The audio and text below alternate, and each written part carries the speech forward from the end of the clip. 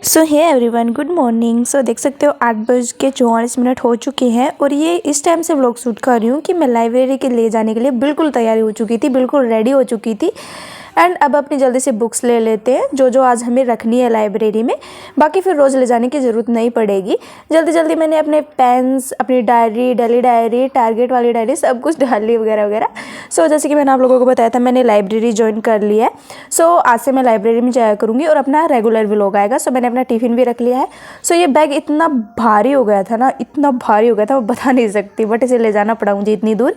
सो हम रास्ते में फाइनली आपको थोड़ा सा मैं आपको दिखा देती हूँ। सो ये भी कहाँ जा रहे हैं, ये तो वापस जा रहे हैं, बट मैं लाइब्रेरी में जा रही हूँ। सो फाइनली हम जैसे तैसे करके लाइब्रेरी में पहुँच गए हैं। बट मैंने वहाँ पे पहुँचते ही व्लॉग नहीं बनाया क्योंकि वहाँ पे बहुत सारे लोग थे, अंदर भी बच्चे थे। तो मैंने जस्ट अपनी टेबल से ही स्टार्ट किया व्लॉग।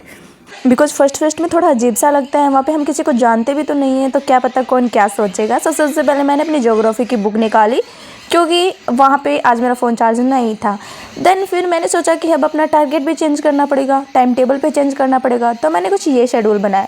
तो सबसे पहले मैंने बनाया कि मैं ज्योग्राफी की चारों एनसीईआरटी और एक अच्छे से टीचर की क्लास कंप्लीट करूँगी, और करंट अफेयर के लिए मंथली मैगजीन और एक द हिंदू की क्लास लूँगी, और इंडियन सोसाइटी जिसके एक क्लास के पूरे लेक्चर अच्छे से पढ़ूँगी। सो एक मंथ का टारगेट ये है मेरा।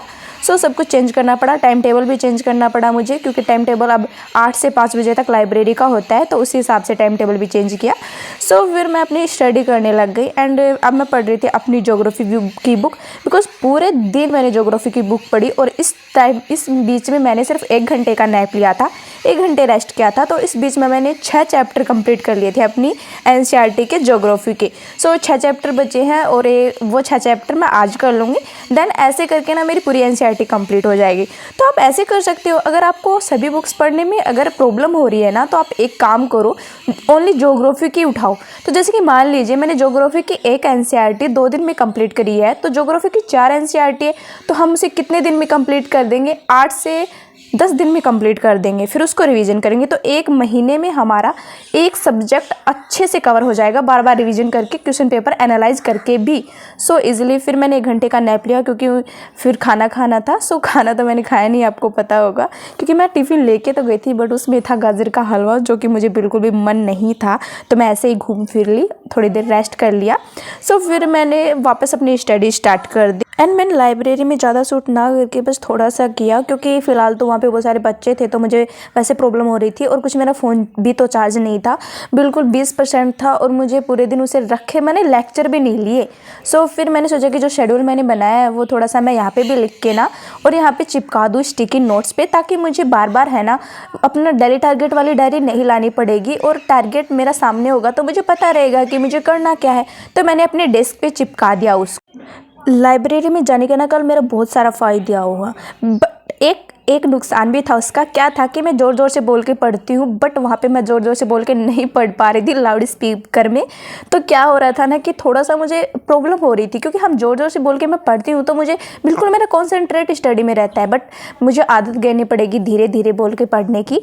सो वहाँ पर मेरा क्या फ़ायदा हुआ कि मैंने मैंने 8 बजे से 5 बजे तक सिर्फ 1 घंटे का नैप लिया प्रॉपर स्टडी की, और मेरा मन भी लगा, वहाँ पर बिल्कुल बोरिंग फील नहीं हुई। एंड फिर मैं वापस आई अपने घर पे क्योंकि शाम को बज चुके थे 5, और 5 बजे वो लाइब्रेरी बंद हो जाती है, 8 से 5 बजे तक। हाँ, कुछ लाइब्रेरी होती है जो खुली होती है, बट ये बंद हो जाती है 5 बजे। एंड आते ही मुझे इतनी जोर की भूख लगी थी क्योंकि मैंने खाया भी नहीं था। देन इसमें मैंने खाया कड़ी, पराठा और दही। सो वेरी टेस्टी, मुझे कड़ी बहुत अच्छी लगती है।